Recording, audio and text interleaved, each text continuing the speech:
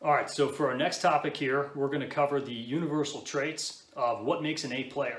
Now, this is a term that is discussed a lot amongst us recruiters, and of course, this is the topic of conversation that comes up on any intake call that we have with one of our hiring managers, and they say, hey, go out and find us an A player. But we need to pause for a second and ask, okay, what does an A player look like? Because it's going to look a little bit different for each company and each role that they're looking for. But are there universal truths? Are there universal characteristics that will transcend the function and the company, right? What are those traits? What are those characteristics that every A player is going to have? So on this video series, we're going to cover all 5.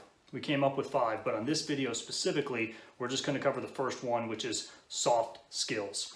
And when you think about soft skills, you think about somebody who has the ability to communicate and connect with other people, right? Somebody who is going to be a good team player. And I'm sure you can come up with a couple more when you think about soft skills, but the best way that I've heard it summarized is in a book that I read by Patrick Lencioni called The Ideal Team Player. So he goes through and describes the 3 major characteristics of somebody who really possesses these soft skills of humble, hungry, and smart. So I'll link his information below, and you can check out his website. He's got some really good resources there. But just a note on the category of smart.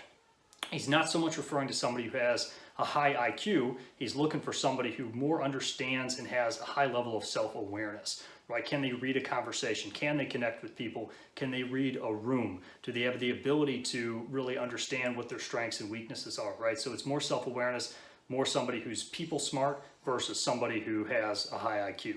So that's it for this video. Again, stay tuned for the 2nd, 3rd, 4th, and 5th traits, which we're going to be rolling out in later videos this week. But in the meantime, I'd love to hear from you, and maybe we can look at future topics to cover. When you think about an A player, what do you think of? And then also, if you're in a position now where, especially during this time of uncertainty, you're looking for the next A player to add to your team, reach out to us. We'd love to hear from you, and we'd love to see if we can go out and find that person for you.